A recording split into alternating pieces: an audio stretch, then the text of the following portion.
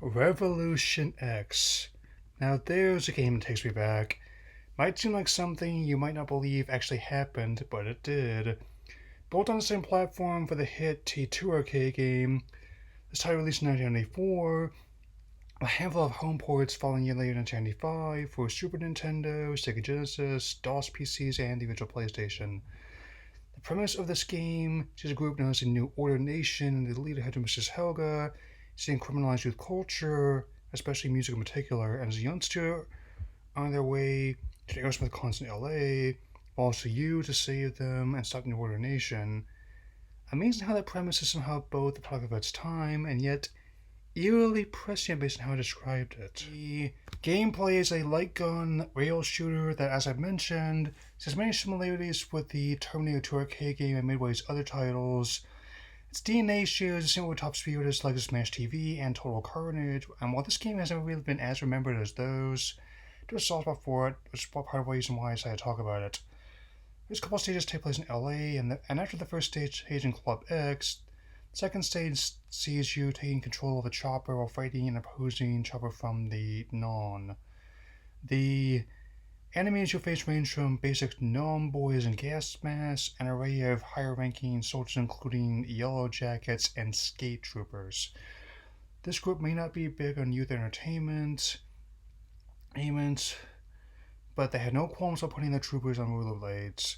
The fact that your weapon fires CDs and laser discs as projectiles definitely cements the game in a pre-iTunes, pre-stream music age.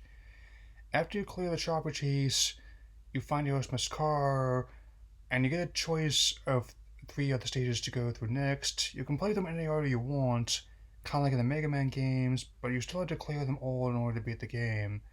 I've been able to clear them, but thanks to other playthroughs I've seen online, I can summarize each stage and my experience playing them in arcades and the console ports, not getting the DOS version, so able to get access to it or find a playthrough of it.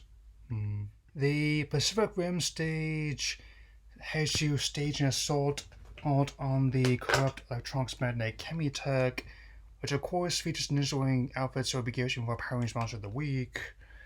Heck, I think even VR Troopers finds to expect much. The stage boss is a transforming desk that flies, which only slightly is absurd as a Pacific Rim franchise. The Amazon rainforest stage sees you infiltrating evergreen chemicals to destroy the plant, which is putting chemicals in food supply. So, not really a stretch. Once again, this game is but a product of its time, and strangely prescient about all that. Enemies include non-storms being planted among the natives, evergreen goons, recurring bosses of a big green skull. One part I was in trouble with was the doorman throwing grenades out front. Stage boss is a giant mutated insect, which is really no more absurd than ninjas who have skulls under a mask and breathe fire. This brother can freeze people and rip out their spines. The Middle East stage has you saving hostages from a labor camp, and the minute after destroying a bus is taken to a re-education center, presumably where the elite meet to have their spirits broken. Also, this is basically the reverse of similar mission in the T2 arcade game where you have to save the transport by the resistance. The final fight is against known leader Helga, who is first fought in a human form, then a giant mech in yet another Smash TV parallel. The best ending of the game comes from finding all the hidden Aerosmith band members earning their wings, getting a concert in the process. The PlayStation version handles the sound the best. I'm actually impressed the other ports could have retained the song samples and FMVs of this band when they would struggle to fit a single modern music video download. On top of the music being of this game being quite good, it also features samples of key tracks such as Walk This Way, Sweet Emotion, Ragdoll, and Eat the Rich. So, that's Revolution X. While this game may not have the same legacy as fellow Midway arcade shooters as the Smash TV or the Terminator 2 game, it does have a place with me for being just a ball of sheerly insane 90s cheese. Short of finding an arcade that has this game, no easy task in the circumstances, the console I'd recommend to try this would be the PlayStation version.